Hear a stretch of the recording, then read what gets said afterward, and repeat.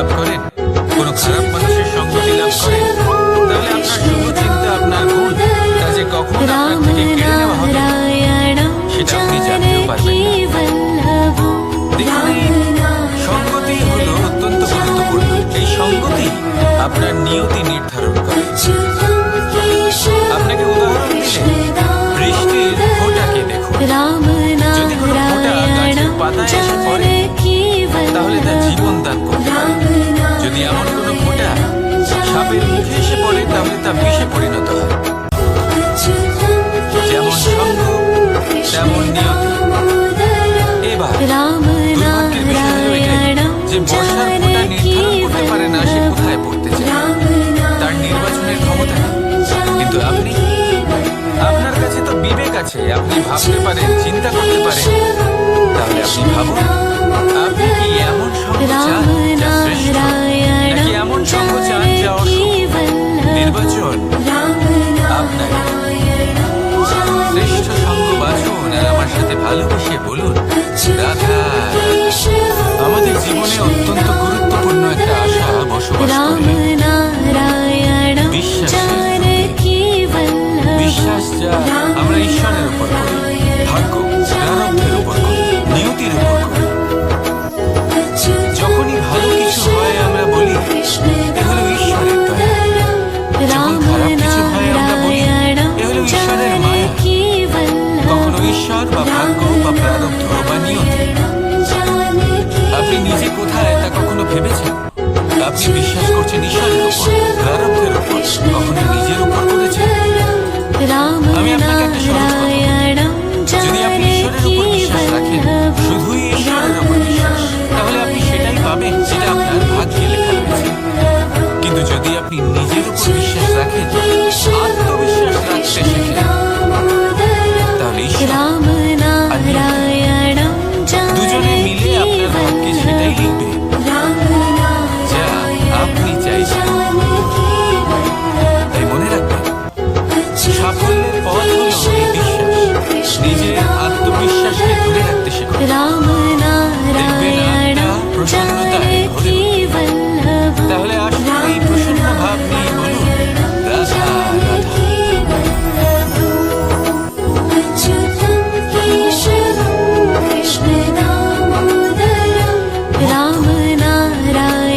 এই মুখটা সবাইকে মোহিত করে দেয়, নিজের দিকে আকর্ষিত করে। অত্যন্ত সুন্দর, গোল, শুভ্র, মুক্ত দ্বারা নির্মিত আভূষণ, তা হয়তো সে মুকুটই হোক বা কোনো স্ত্রীর অলঙ্কার, তাকে আরো সুন্দর করে তোলে, তাকে আরো সুন্দর দেখতে লাগে। এবার এই মুক্তকে এত সুন্দর দেখার জন্য কত কষ্ট সহ্য করতে হয় তা কি কখনো আপনি ভেবেছেন? এই মুক্ত ঝিনুক থেকে বের করা হয়, ঝিনুক যা কিনা সমুদ্রের তলদেশে থাকে। ওকে কত কষ্ট সহ্য করতে হয়, জলের চাপ সহ্য করতে হয়, সমুদ্রের স্রোত সহ্য করতে হয়। এই ঝিনুককে এত কষ্ট সহ্য করতে হয়, এই মুক্তকে এত কষ্ট সহ্য করতে হয়, তারপরে এর রূপ এত সুন্দর হয়। যদি আপনিও আপনার পরিশ্রমের সৌন্দর্য, নিজের পরাক্রমের সৌন্দর্য এই সংসারে প্রকাশিত করতে চান, তাহলে আপনাকেও কষ্ট সহ্য করতেই হবে। তাই জীবনে যখনই সংকট আসবে, বিপদ আসবে, সমস্যা আসবে, তখন একে সুযোগ হিসেবে গ্রহণ করুন। কারণ এই বিপদের সাথে লড়াই করে আপনি মুক্তর মতোই পরিশুদ্ধ হয়ে উঠবেন। তাহলে আসুন আর আমার সাথে ভালোবেসে বলুন, রাধা রাধা। আপনি কি জানেন আপনার জীবনে আপনার আসল জীবন সাথী কে হন? মাতা পিতা, ভাই বোন, স্বামী স্ত্রী? না, আপনার আসল জীবন সাথী হলো আপনার শরীর। সেই শরীর যার দিকে আপনি কখনো নজরই দেন, ঠিক কিনা? এবার যে মানুষ এই রহস্য বুঝতে পারেন তার জীবন এমনি শুভ হয়ে যায়। আপনি নিজেই দেখুন না, সেই সংসারের মঙ্গলই করা হোক বা সত্যের রক্ষা করা হোক, তা সে শত্রুর সাথে যুদ্ধ করা হোক বা মিত্রকে রক্ষা করা হোক, এই শরীরই তো কাজে আসে। তপস্যাতে, বলিদানে, পরিশ্রমে এই শরীরই হলো আধার, ঠিক কিনা? তাই আমাদের কর্তব্য হলো যে আমরা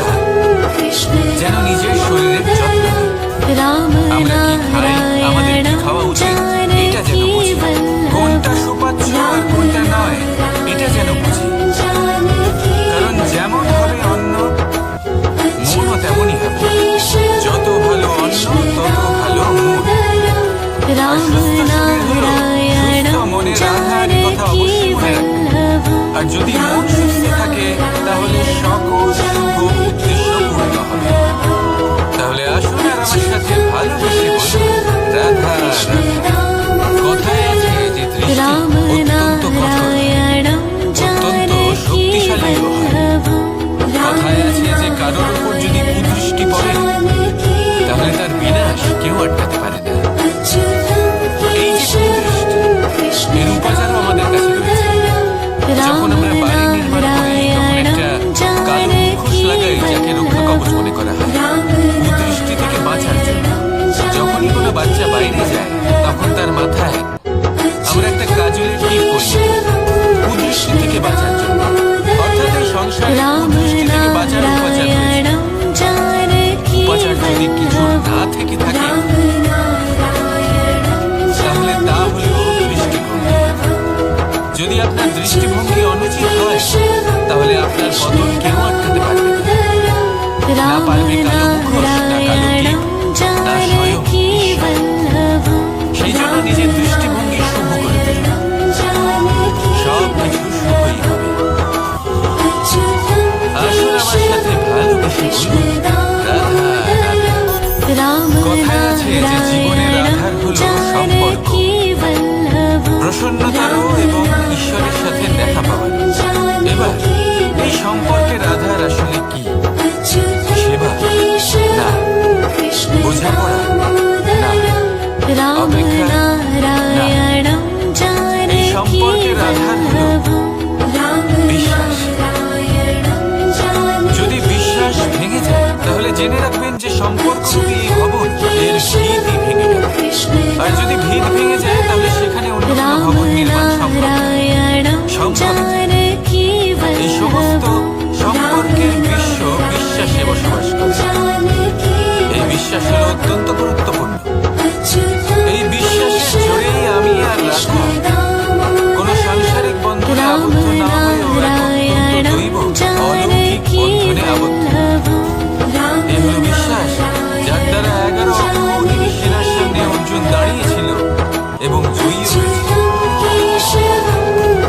এই বিশ্বাস হলো অত্যন্ত গুরুত্বপূর্ণ। তাই বিশ্বাস করতে শিখুন, বিশ্বাস দিতে শিখুন, বিশ্বাস পালন করতে শিখুন। আর আমার সাথে ভালোবেসে বলুন রাধা রাধা। এই সংসার অত্যন্ত বিচিত্র এক স্থান। এই সত্য খুঁজতে থাকে, আর সত্য খুঁজে পেলে তা প্রমাণ করতে চায়। সে চায় তার প্রমাণ, সাক্ষী পেতে চায়। সেক্ষেত্রে আমাকে বলুন যে সত্য কি করতে পারে? সেই ব্যক্তি যে সত্যকে ধরে আছে সে কি করবে? কিছুই না। কিছু করার প্রয়োজন নেই, শুধু তাতে টিকে থাকতে হবে। সেই হিমালয়ের মতো যা আজ পর্যন্ত টিকে রয়েছে। যদি আপনি সত্যবাদী হন তাহলে আপনার কিছু প্রমাণ করার কোনো প্রয়োজন নেই। যদি প্রয়োজন থাকে তাহলে সত্যের সাথে টিকে থাকুন। এই সময় নিজে সাক্ষী হবে, নিজে প্রমাণ দেবে। এই নিয়তি স্বয়ং প্রমাণিত করবে যে আপনি সত্যবাদী ছিলেন, আপনি এই সত্যের পথে ছিলেন। তাহলে আসুন আর আমার সাথে ভালোবেসে বলুন রাধা রাধা। ঈশ্বর আমাদের হাত প্রদান করেছেন, হাত যা জড়ো করা হয় প্রণাম করার জন্য, ঊর্ধ্বগামী হয় প্রার্থনার জন্য। এই হাত যার দ্বারা আমরা খাবার খাই, ওষুধ উৎপাদন করি। কিন্তু এই হাতের দ্বারা সব থেকে শ্রেষ্ঠ কাজ কি হতে পারে? সেবা। আগে হ্যাঁ, সেই হাত যা সামনে এগিয়ে আসে সেবা করার জন্য। যে সেবা করে তাদের যারা দুঃখে থাকে, নিরাশ হয়ে থাকেন, যারা সেবা করেন তাদের যারা কিনা দরিদ্র। সেই হাত হলো সব থেকে অধিক মহান। ঈশ্বরকে দীনবন্ধু বলা হয়ে থাকে, কারণ যারা দুঃখী হন, নিরাশ হন, দরিদ্র হন, ঈশ্বর তাদের সাহায্য করেন, তাদের সহায়ক হন। তাদের মধ্যে ঈশ্বর বাস করে। তাই আপনারা যদি এটাই করেন, যারা দুঃখে আছেন, নিরাশ হয়ে আছেন, যাদের সাহায্যের প্রয়োজন রয়েছে, যদি আপনি তাদের সাহায্য করেন তাহলে আপনি এমন এক চৈতন্য লাভ করবেন যে আপনি তৃপ্ত হয়ে উঠবেন। তাহলে সবার সেবা করুন আর আমার সাথে ভালোবেসে বলুন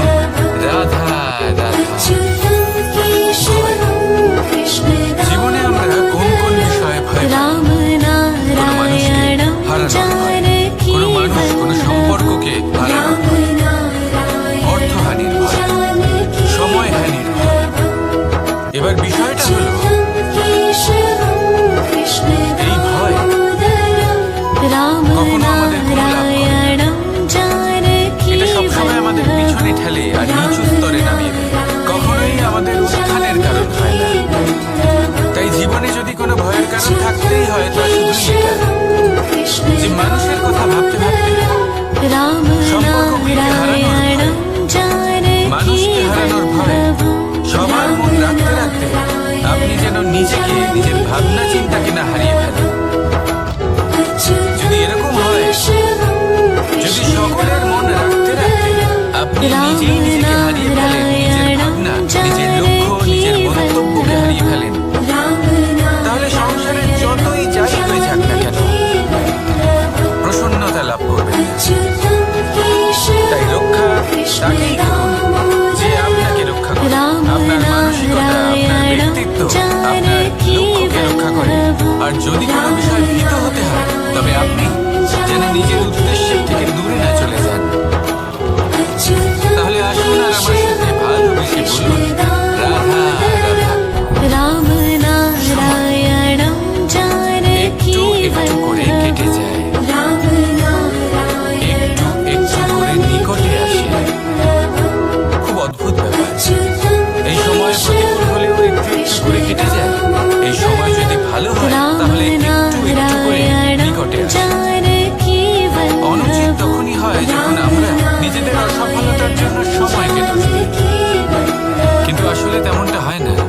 আপনার পরিশ্রম আর প্রয়াস দ্বারাই আপনি সাফল্য লাভ করবেন, সময় দ্বারা নয়। যদি এই সাফল্য একটা সুন্দর ভবন হয়, তাহলে সময় হলো তার দেওয়ালের রং, যা সময়ের সাথে বদলাবে, সময়ের সাথে ফিকেও হয়ে যাবে। কিন্তু সাফল্যের এই ভবন আপনাকেই নির্মাণ করতে হবে, আপনার পরিশ্রমের ইট দ্বারা এবং প্রয়াসের চুনসুটি দ্বারা। তাই পরিশ্রম আর প্রয়াস করতে থাকুন, সাফল্য আপনি অবশ্যই পাবেন। সময় যদি আজ ভালো না হয় তাহলে কাল অবশ্যই হবে। প্রয়াস করতে থাকুন আর আমার সাথে ভালোবেসে বলুন, রাধা রাধা। এ হলো গোলাপ, একে আমরা সকলেই চিনি। সমগ্র সংসার ভালোবাসে এই পুষ্পকে। এই ফুল দেখতেও সুন্দর। সব থেকে বেশি গুরুত্বপূর্ণ কথা হলো এর সুগন্ধ, যা দূর দূরান্ত থেকে ব্যক্তিদেরকে আকৃষ্ট করে। এই সুন্দর পুষ্প একটু মন দিয়ে দেখলেই দেখা যায় এর নিচে কাঁটা রয়েছে। এই সংসার বলে, এই প্রকৃতির কেমন রচনা, এত কোমল পুষ্প, এটা কি তীক্ষ্ণ কাঁটা সহ প্রস্ফুটিত হয়? এটাই হলো জীবনের সত্য। আমাদের অন্তরের সদ্গুণ, সেগুলিও এই ফুলের মতোই সুন্দর। সংসারের সৌন্দর্য দেখতে পারে, এর সুগন্ধ চতুর্দিকে ছড়িয়ে পড়ে। কিন্তু এই সদ্গুণ জাগ্রত করে তোলার জন্য কঠোর পরিশ্রম করতে হয়, প্রতিনিয়ত চেষ্টা করে যেতে হয়। তাই জন্য যদি আপনি জানেন আপনার পথ উচিত কিন্তু তা কাঁটায় পরিপূর্ণ, তাহলে থামবেন না, চলতে থাকুন। একবার যদি অন্তরের সদ্গুণ জাগ্রত হয়, তাহলে এই সংসারের সৌন্দর্য দেখবে আর সুগন্ধে আকর্ষিত হয়ে আপনার কাছে আসবে। এই মন, এই জীবন প্রসন্ন হয়ে বলবে, রাধা রাধা।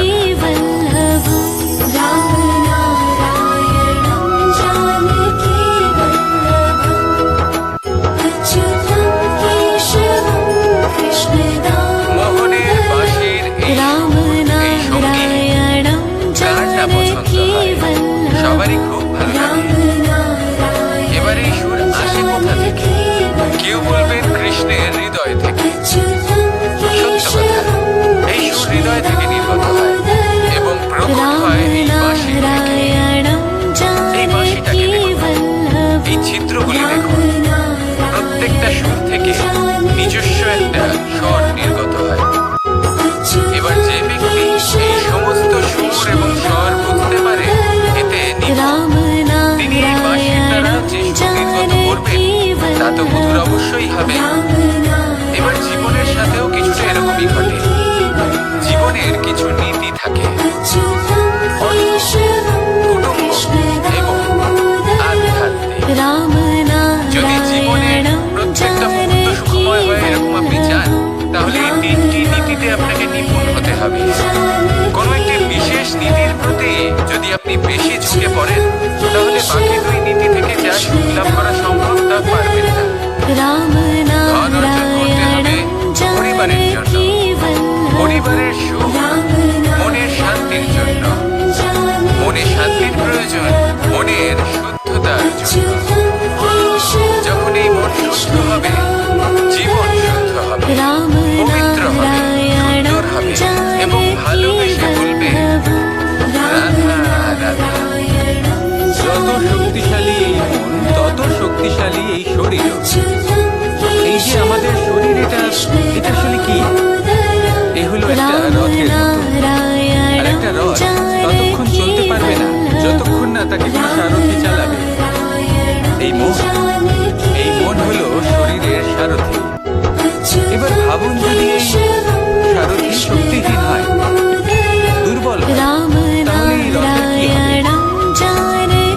এটা উচিত পথে চলতে পারবে না, উচিত গতিতে চলতে পারবে না, মন মতো স্থানে এটা পৌঁছতেও পারবে না। সেই জন্য মনের শক্তি অত্যন্ত প্রয়োজনীয়। এবার মনের শক্তি আমরা কোথা থেকে লাভ করি? দৃঢ়তা, শক্তি থেকে। এবার এই শক্তি আমরা কিভাবে বাড়াতে পারি? আমরা প্রতিদিন কিছু নতুন স্থির করি, কিছু ছোট কিছু বড়। আর যেই আমরা নতুন কিছু পূর্ণ করি, আমাদের মনের শক্তি বেড়ে যায়। আর যদি পূর্ণ না করতে পারি, মনের শক্তি কমে যায়। একটা দেওয়ালে ছোট ছোট ছোট ছোট শিলা আমরা একটার পর একটা স্থাপন করে একটা দেওয়াল তৈরি করি। এতগুলো পাথর যখন একত্রিত হয়ে যায়, তখন এমন এক দেওয়াল তৈরি হয় যাকে ভাঙা প্রায় অসম্ভব হয়ে দাঁড়ায়। সেরকমই হয় মন এবং দৃঢ়তা। ছোট ছোট কাজ করে নিজের লক্ষ্য পূর্ণ করুন। এই লক্ষ্য যদি পূর্ণ হয়, তবে মনের শক্তি বাড়বে। কিছুটা এইভাবে যে যত বড়ই বিপদ আসুক না কেন, সেই বিপদ নিজে হার মেনে নেবে, কিন্তু আপনার মন ততটাই শক্তিশালী থাকবে। তাই মনের শক্তি বাড়াতে থাকুন, যাতে আপনি উচিত পথে চলতে পারেন, উচিত গতিতে চলেন আর মনোবাঞ্ছিত স্থানে পৌঁছতে পারেন। তবেই এই মন প্রসন্ন হয়ে বলবে রাধা রাধা। তোমায় কি?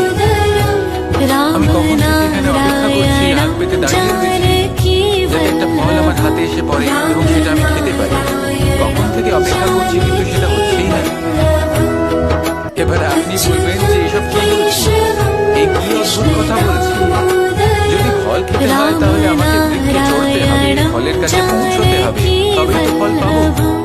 এবার এটা অত্যন্ত সহজ ব্যাপার, কিন্তু এই বিষয়টা আপনি নিজের জীবনের প্রসঙ্গে ভেবে দেখুন। লক্ষ্য কোথায় আছে আপনি জানেন, সেই লক্ষ্যে পৌঁছানোর পথ কি সেটাও আপনি জানেন, সেই পথে চলার ক্ষমতাও আপনার রয়েছে, কিন্তু তাও আপনি নিজের লক্ষ্য লাভ করতে পারছেন না। কেন?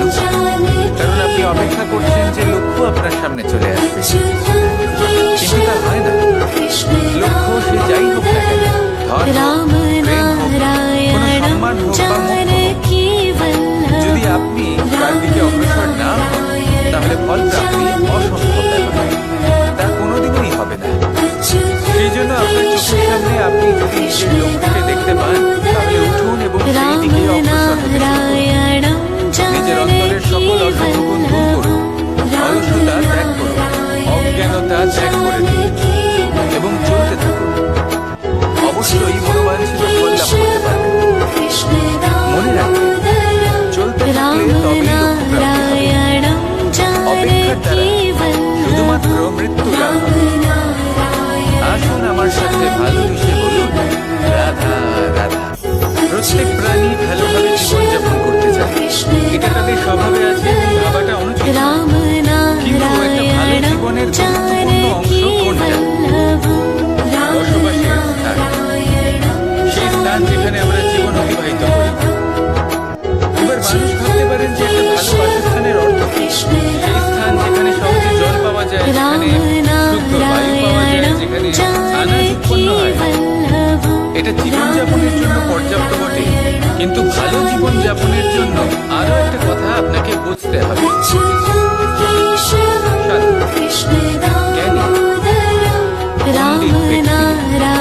এই সকল মহাপুরুষ, এনাদের যে বাসস্থান তা অত্যন্ত বিশেষ হয়।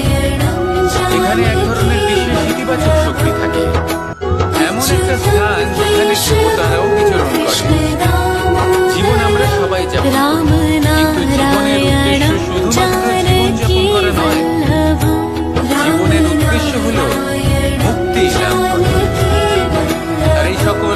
সাধু, জ্ঞানী, পণ্ডিত ব্যক্তি, সকল মহাপুরুষ আপনাকে মুক্তির পথে নিয়ে যেতে পারে। রাম কারণ এরা হলেন সেই মহাপুরুষ যারা নিজেদের অন্তরের বিকার, অহংকার, ক্রোধ, বিদ্বেষ এই সকল দোষগুলিকে ত্যাগ করেছেন, এদের উপর বিজয় লাভ করেছেন। এমনই একজন ব্যক্তি আপনাকে মুক্তির পথে নিয়ে যেতে পারে। প্রয়োজন হলেও শুধুই এনাদের চিনতে পারেন, এদের কথা বুঝতে পারেন এবং এদের দেখানো পথে চলেন। যদি আপনি এটা করতে পারেন তাহলে এই মন প্রফুল্ল হয়ে বলবে রাধা রাধা। কখনো কোনো বাগানের কোনো বৃক্ষকে দেখেছেন যেখানে সুগন্ধি ফুল থাকে, রসালো ফল থাকে, তখন মন প্রফুল্ল হয়ে ওঠে, মন থেকে সেই বৃক্ষের প্রতি ভালোবাসা জন্মায়। কিন্তু যিনি বাগানের মালিক শুধুমাত্র তিনি জানেন যে কিভাবে এই বৃক্ষকে আগলে রাখতে হয়, কিভাবে তার পরিচর্যা করলে এতে সুন্দর সুগন্ধি ফুল হবে, রসালো ফল হবে। কখনো কখনো প্রয়োজনের থেকে বেশি রোদ পেলে এই বৃক্ষগুলি শুকিয়ে যায়, প্রয়োজনের থেকে কম রোদ পেলেও এই বৃক্ষ কিন্তু শুকিয়ে যায়। প্রয়োজনের থেকে কম জল যদি পায় এই বৃক্ষ শুকিয়ে যেতে পারে, প্রয়োজনের থেকে অতিরিক্ত জল যদি পায় তখন এই বৃক্ষের শিকড়গুলি নষ্ট হয়ে যেতে পারে। এবার এটাই কিন্তু আমাদের সংসারের সাথে হয়। আমাদের সংসারের সকল প্রতিভাশালী ব্যক্তি যেমন লেখক, বিচারক, প্রবক্তা, যোদ্ধা, এদের সবার ক্ষেত্রে এই কথাটাই প্রযোজ্য। যদি বেশি প্রশংসা করা হয় তাহলেও এরা হারিয়ে যাবে।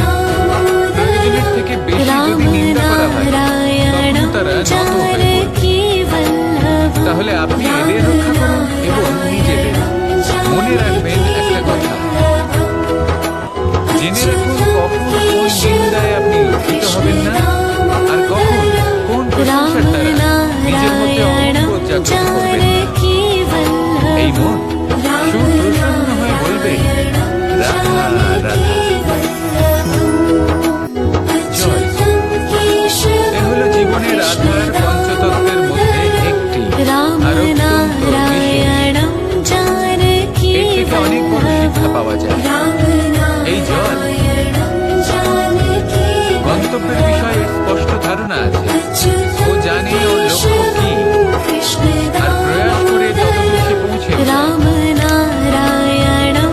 এটি পর্বত থেকে বয়ে নিচে নেমে আসে, নদীর সাথে সমাহিত হয়ে তার সাথে বয়ে চলে, চিরসবুজ বনানী গড়ে তোলে, প্রাণীদের তৃষ্ণা নিবারণ করে, সামনে এগিয়ে চলে, মানুষের সাথে মিলিত হয়। যারা একে বাঁধের মধ্যে বেঁধে রাখতে চেষ্টা করে সে বন্দিদশাতেও থেকে যায়, মানুষের কল্যাণ করে। তারপর বাঁধ থেকে মুক্তি পেয়ে এগিয়ে চলে, কোথাও ধাক্কা খায়, কোথাও বাধা পড়ে, কোথাও যদি পথ খুঁজে না পায় তাহলে পথ খুঁজেই নেয়। আর যেখানে পথ থাকে না সেখানে পথ বানিয়ে নেয়, আর শেষ পর্যন্ত নিজের লক্ষ্যে পৌঁছেই যায়, অর্থাৎ সমুদ্রে গিয়ে সমাহিত হয়ে যায়। আমাদেরও কিছুটা এরকমই হয়ে উঠতে হবে, যেখানেই যাবেন সকলের কল্যাণ করুন, সামনে এগোন।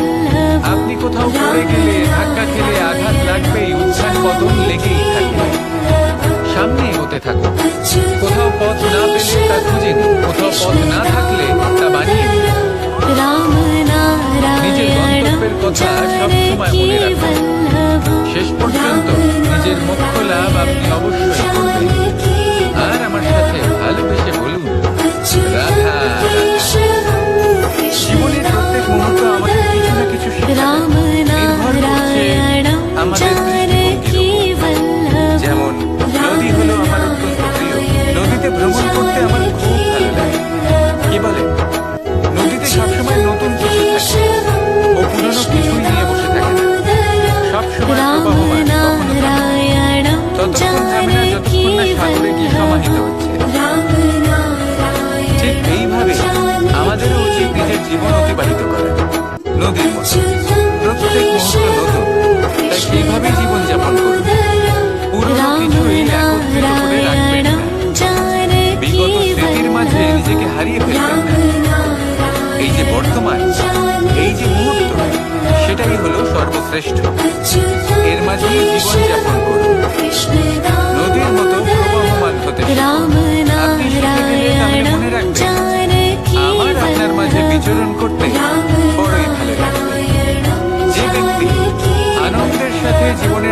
প্রত্যেকটা মুহূর্ত অতিবাহিত করে কোনো চিন্তা ছাড়াই, প্রবাহমান হয়, কখনোই থামে না। যতক্ষণ না মুক্তি লাভ করছেন এমন ব্যক্তির মধ্যেই রাধা কৃষ্ণ বসবাস করে। তাহলে আসুন আমার সাথে ভালোবেসে বলুন, রাধা রাধা।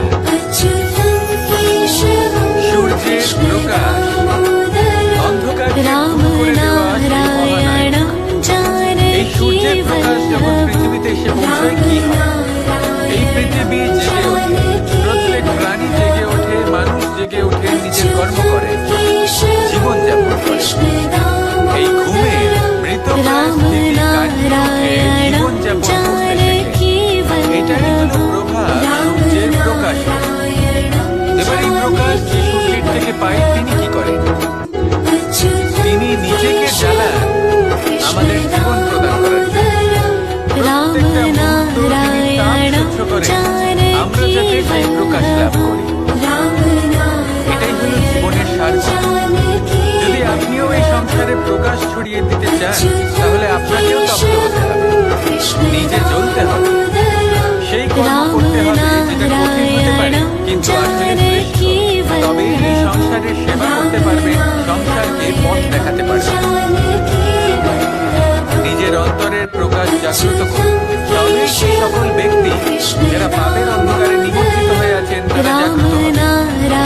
সেই সকল ব্যক্তিকে জাগিয়ে তুলুন, প্রেরিত করে তুলুন সুখী হওয়ার জন্য যারা সুখী হতে পারছেন না। সেই সকলকে প্রেরিত করুন সাফল্য লাভের যারা সফল হতে পারছেন না।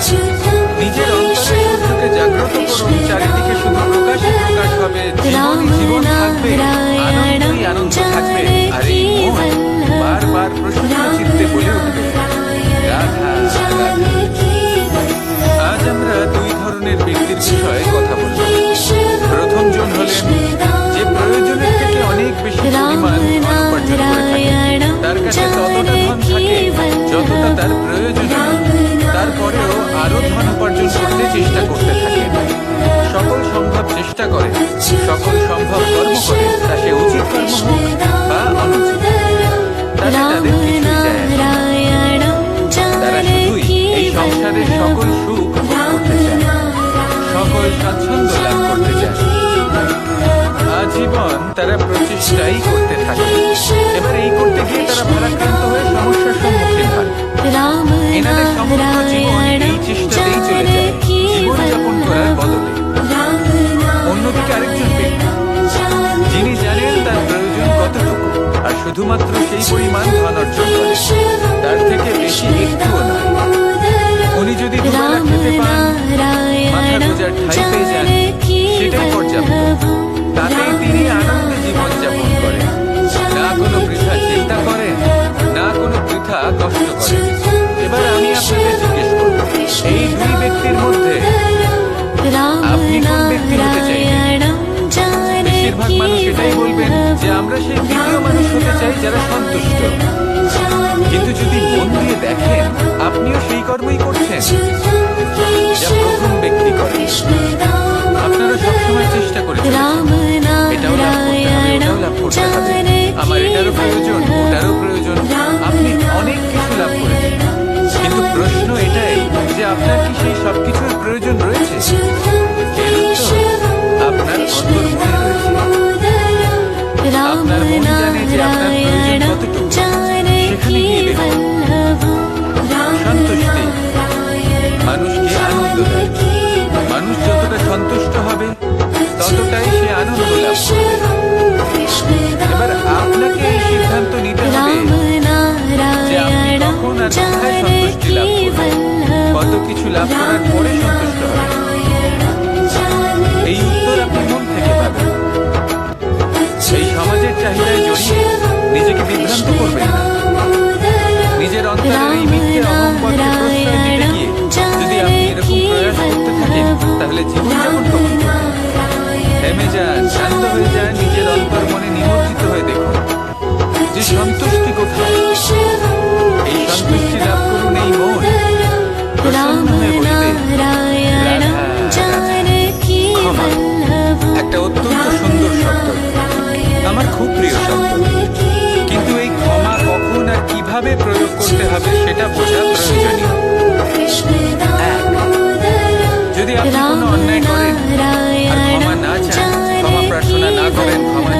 এড়িয়ে যান তাহলে তাতে আপনারই ক্ষতি হবে।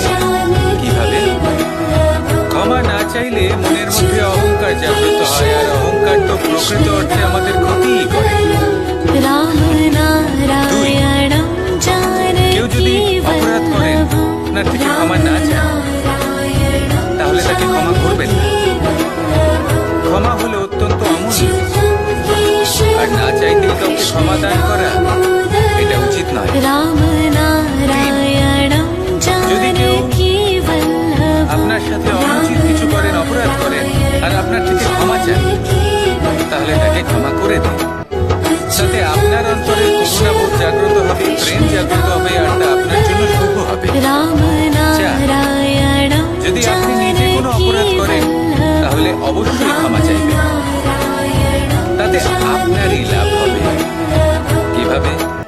সামনের ব্যক্তি আপনাকে ক্ষমা করুক বা না করুক, আপনার অন্তরের অহংকার ক্ষীণ হবে, এই মন আরো নির্মল হয়ে উঠবে।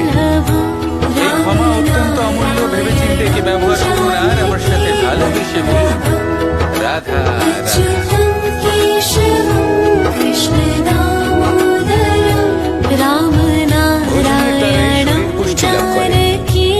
ছোটবেলা থেকে আজ পর্যন্ত যাই আপনার ভোজন হয়ে থাকুক, যাই আপনার আহার হয়ে থাকুক, সেই অনুসারেই আপনার শরীর গঠিত হয়েছে। এই ভোজন অত্যন্ত গুরুত্বপূর্ণ, সেই জন্য এর প্রত্যেক অংশকে বোঝা খুব আবশ্যক। প্রথম অংশ, যে আমরা কি গ্রহণ করছি, এই ভোজন কোন স্থান থেকে আসছে সেটা বুঝুন। দ্বিতীয় অংশ, ভোজন কে বানাচ্ছে। এই ভোজন সর্বশ্রেষ্ঠ তখনই হয় যখন মাতার হাতে তৈরি করা ভোজন হয়। কিন্তু যদি মাতার তৈরি করা ভোজন আপনি প্রাপ্ত নাও করতে পারেন, তাহলে সেই ব্যক্তির ভোজন তৈরি করা উচিত যিনি সাত্ত্বিক। তৃতীয় অংশ, কোন স্থানে আপনি ভোজন গ্রহণ করছেন। যে স্থানে আপনি ভোজন গ্রহণ করছেন তা সাত্ত্বিক হওয়া উচিত, তাহলে অত্যন্ত গুরুত্বপূর্ণ। এবং চতুর্থ সব থেকে গুরুত্বপূর্ণ অংশ, তা হলো এই ভোজন আপনি যার দ্বারা প্রাপ্ত করেছেন, যেখান থেকে প্রাপ্ত করেছেন, যে স্থানে বসে আপনি ভোজন গ্রহণ করছেন তার প্রতি কৃতজ্ঞতা প্রকাশ করুন এবং ভোজন পূর্ণরূপে সমাপ্ত করুন। তবেই এই ভোজন আপনাকে সুখী জীবন দান করবে, সুস্থ শরীর দেবে, আর এই মন তা সুপ্রসন্ন হয়ে বলবে রাধা রাধা।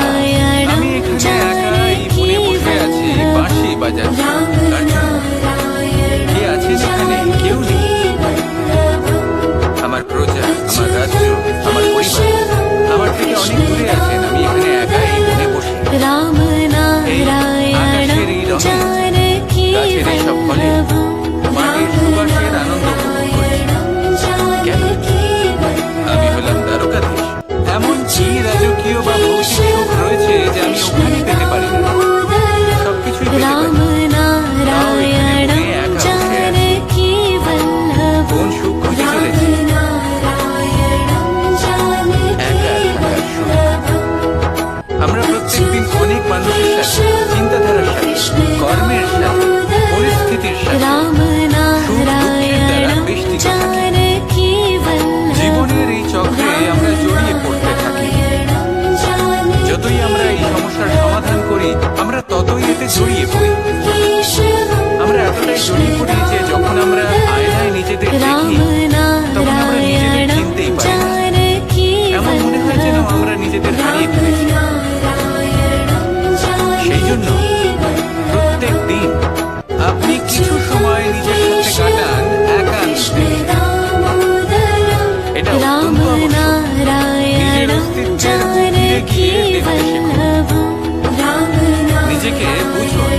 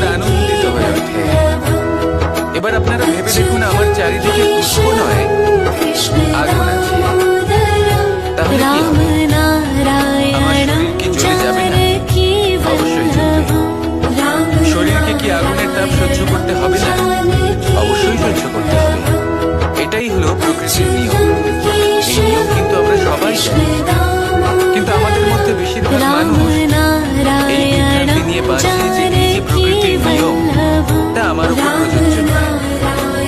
তা কিন্তু নয়, আমাদের চতুর্দিকে এই যে নিসর্গ রয়েছে, আমরা তার কতটা ক্ষতি করি সেটা একবার ভেবে দেখুন।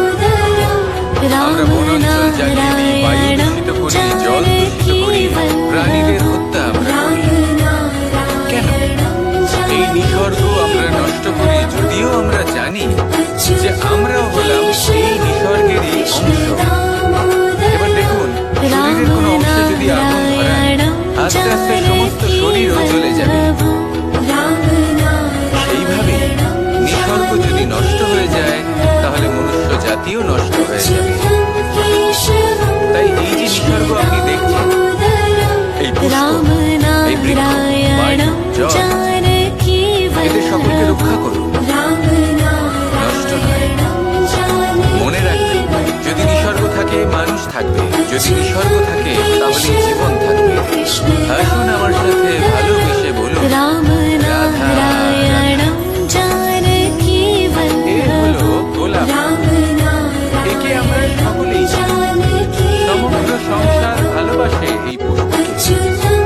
এই ফুল দেখতেও সুন্দর। সবথেকে বেশি গুরুত্বপূর্ণ কথা হলো এর সুগন্ধ, যা দূর দূরান্ত থেকে ব্যক্তিদেরকে আকৃষ্ট করে। এই সুন্দর পুষ্প একটু মন দিয়ে দেখলেই দেখা যায় এর নিচে কাঁটা রয়েছে। এই সংসার বলে, এই প্রকৃতির কেমন রচনা।